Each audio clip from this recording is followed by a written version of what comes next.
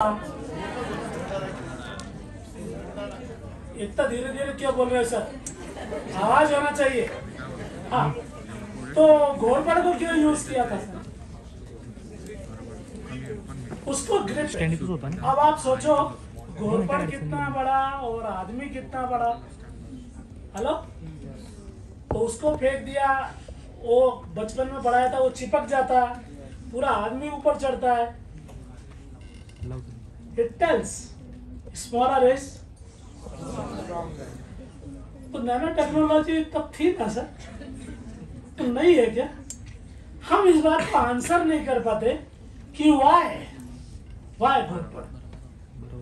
Not today the biologist knows why Ghorpade, because the paw of Ghorpade was having this kind of the fibrous structure।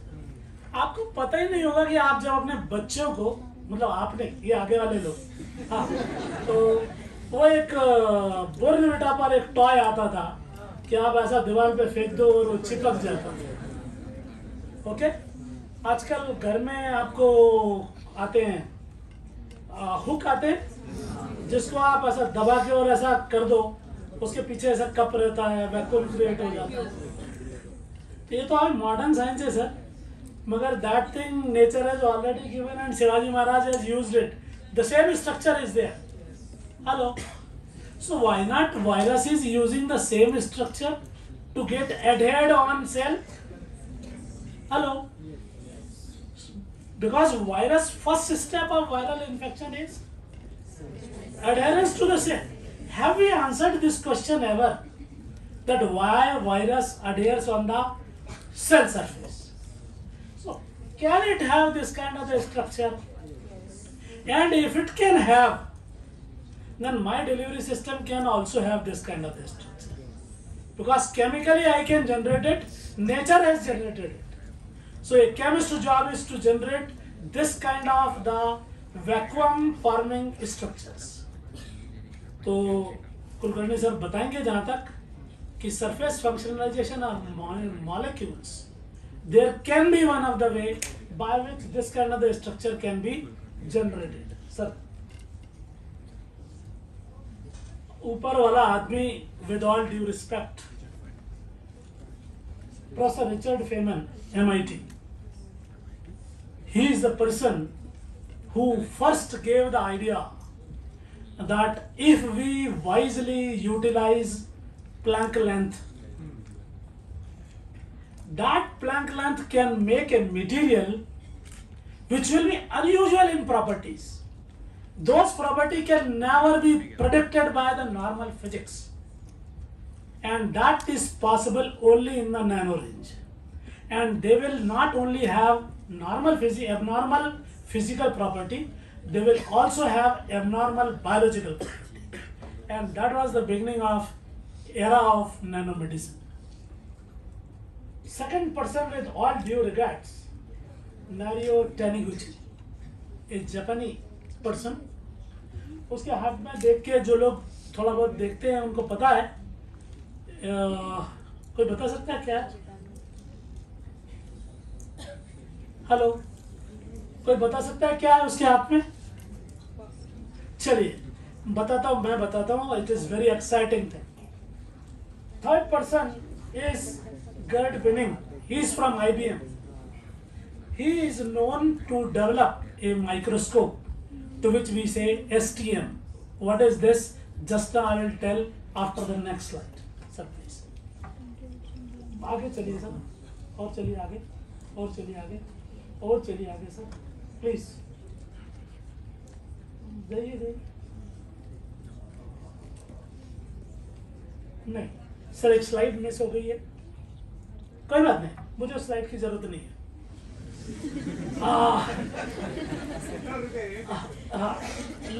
Just last exciting thing I want to share with you. जो कहते हैं कि nano बहुत नया science है, मुझे nano वहां से दिखता है जब मैं पैदा भी नहीं हुआ। आप सब लोग अप्रिशिएट करेंगे। पूजा करते हैं आप लोग?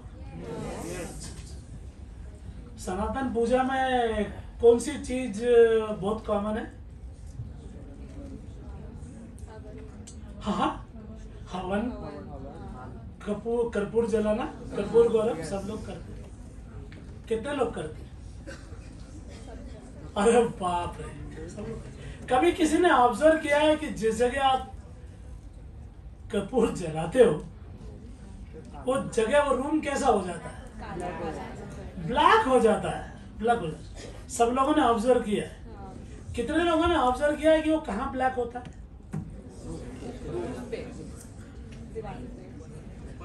जहाँ वो गैसेस जलती है। ऊपर होता है। अच्छा ऑब्जर्वेशन नहीं है, जहाँ से गैसेस जलती है। बिल्कुल अच्छा ऑब्जर्वेशन नहीं है। इसलिए मतलब आप दिल से पूजा नहीं करते। मैं बताता हूँ आपको हाँ। कितने लोग घर में दिवाली मनाते हैं? अच्छा, दिवाली के दिन एक रिचुअल होता है, वो मेरा पता नहीं है महाराष्ट्र में होता है कि नहीं, कि एक घी का दिया जलाया जाता है, उसके ऊपर एक चम्मच रख दी जाती है। क्या बात है यार, क्या बनता है? तो फिर आपकी ग्रैंड मदर और मदर क्या करती है? क्या करती है?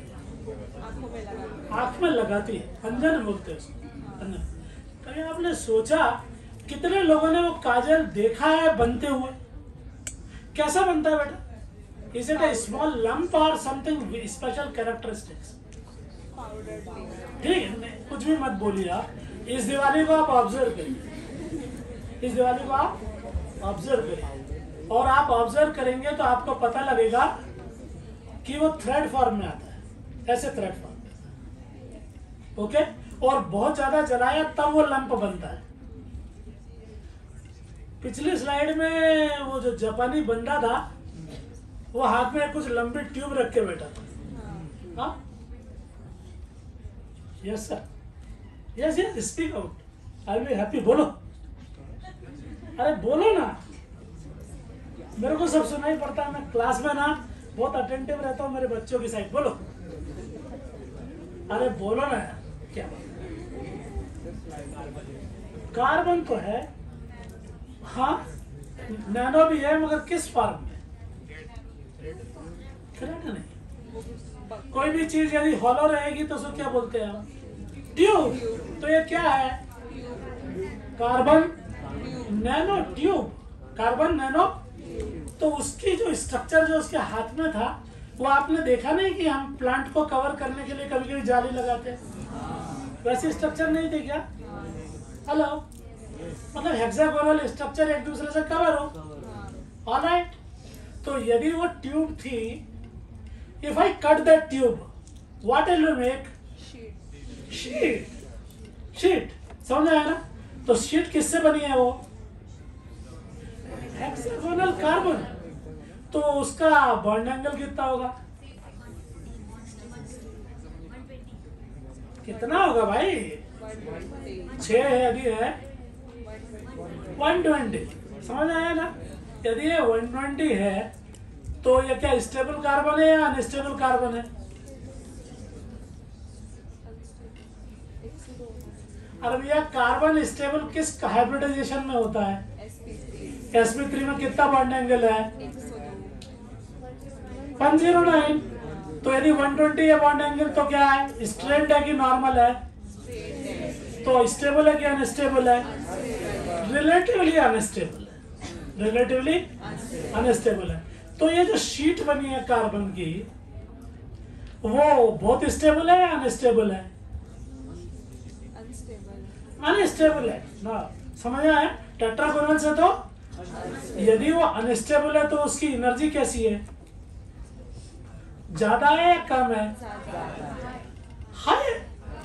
नॉर्मल कार्बन से हाई। समझ में आया ना? तो मेरी एक यदि ये शीट है, तो इस शीट के ऊपर दूसरी शीट रख दूं तो दो एनर्जी आपस में इंटरेक्ट होंगी कि नहीं? हेलो, होंगी। इंटरेक्ट होगी मतलब इलेक्ट्रॉन्स है वहां पर। ओके, और यदि मैं इसकी शीट बना दूं तो जो चार्जेस अंदर और बाहर होंगे वो सेम होंगे क्या, या डिफरेंट होंगे? हेलो, डिफरेंट होंगे ना। तो आप यदि शीट रखते हो तो ऊपर और नीचे चार्ज सेम होंगे, मगर यदि इसकी ट्यूब बना देते हो तो अंदर और बाहर चार्ज डिफरेंट हो जाएंगे। तो यदि अंदर और बाहर चार्ज डिफरेंट होंगे तो पोटेंशियल अंदर और बाहर अलग होगा कि सेम होगा? यदि अलग होगा तो इलेक्ट्रिक करंट फ्लो होगा कि नहीं? होगा। तो कोई चार्ज मॉलिक्यूल इसके अंदर भर जाएगा कि नहीं? हेलो, अरे हाँ या नहीं यार? भर जाएगा। तो भरा हुआ चार्ज मॉलिक्यूल वहीं के वहीं रहेगा या निकल सकता है? नहीं निकल सकता है, वहीं के वहीं रहेगा। तो यदि ऐसा मानूं कि दिवाली के दिन जो काजल बनता है वो यदि नैनो ट्यूब है, तो वो नैनो ट्यूब जब आंख में लगाऊंगा तो वायरस जब आएंगे तो कहाँ जाना पसंद करेंगे? काजल उस नैनो ट्यूब के अंदर। दिवाली का टाइम जो है वो वायरल इन्फेक्शन के सबसे ज्यादा टाइम में से एक है। Could you get my point? तो मेरे एंसेस्टर्स के पास STM नहीं था, इलेक्ट्रॉन माइक्रोस्कोप नहीं था, मगर उनके पास एक्सपीरियंस था नैनो ट्यूब बनाने का, जिसको जापान ने बहुत बाद में बनाया है और 1994 में पहला US पेटेंट मिला है कार्बन नैनो ट्यूब। तो माई साइंस इज ओल्डर। तो मेरा नैनो पता था मुझे। हेलो, मेरी ग्रैंड मदर एक काम करती थी और वो काम करती थी कि दूध में से मलाई निकालती थी, ओके, और मलाई निकालने के बाद वो इकट्ठा करती थी और निकालने के बाद क्या करती थी कि वो घी नहीं बनाती, मक्खन बनाती। और मक्खन बनाने के लिए वो हाथ से ऐसा निकालती थी, मक्खन बराबर ऐसा करती थी, मगर हाथ नहीं धोती। My grandmother and my mother both we are not doing like that, okay. और उनका एक ही काम था, my mother has never done the makeup, but she was the most beautiful person on earth for me.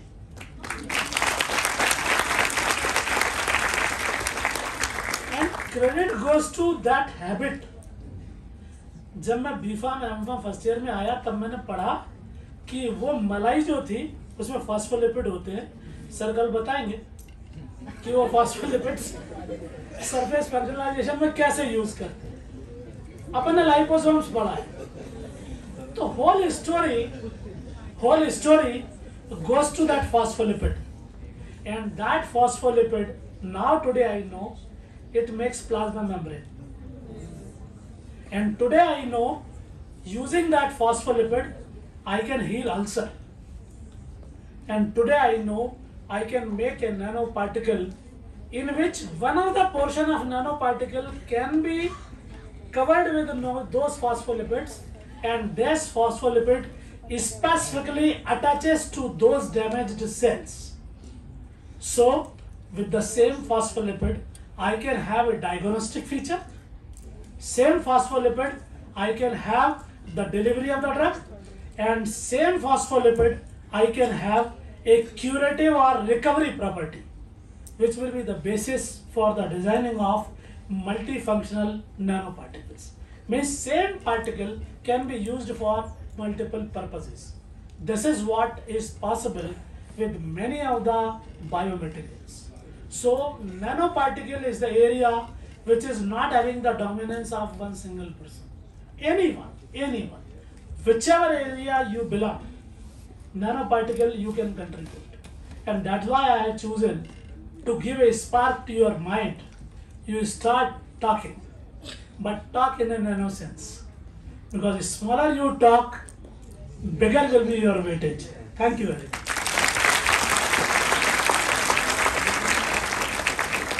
Sorry, मैंने बहुत scientific deliberation नहीं दिया, मगर प्रेजेंटेशन आपके पास है, कभी मौका मिला तो साइंटिफिक टॉक करेंगे।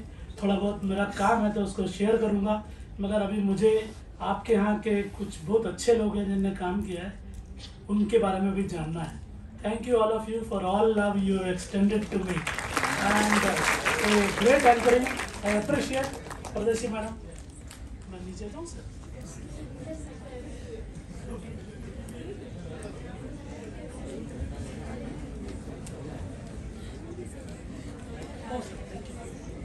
Thank you very much, sir. This was very enlightening and interesting session for us. Now I request the chairperson, Dr. Lakshmikant Porse, sir, to please conclude the session, please, sir. What a great session it was. I think there is no need to conclude the session because each and everyone who was sitting over here know everything whatever sir said. Is it? Yes. What a way of teaching, what a way of make it understand to all of us. So this is the skill I said we discussed in the morning with the sir. Sir, when you used to teach to the students at that time, there is no internet, there is no YouTube, there is no Google. But at the time, sir teaches to the students with the help of books and it's a deep knowledge. They used to distribute the deep knowledge from the bottom of their heart.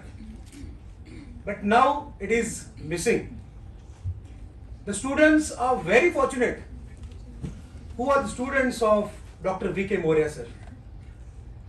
And I also feel very fortunate to conclude the session of Honorable Professor Dr. V.K. Moria sir, and we all dear delegates are very fortunate to listen the biggest mind of the pharma field, we can say.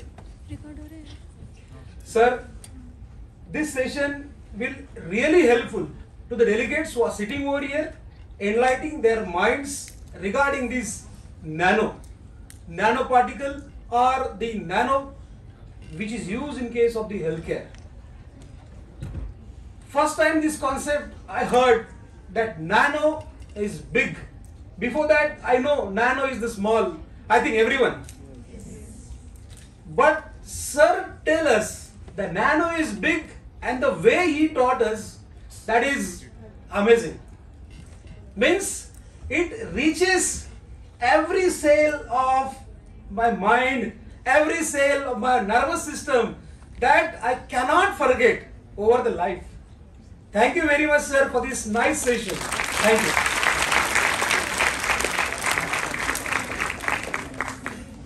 Thank you so much, sir. Now may I request the chairperson, Dr. Lakshmikant Borse, sir, to felicitate Dr. V.K. Moria, sir, with a certificate and memento as a token of love and gratitude from SOPS Sandip University. Please, sir.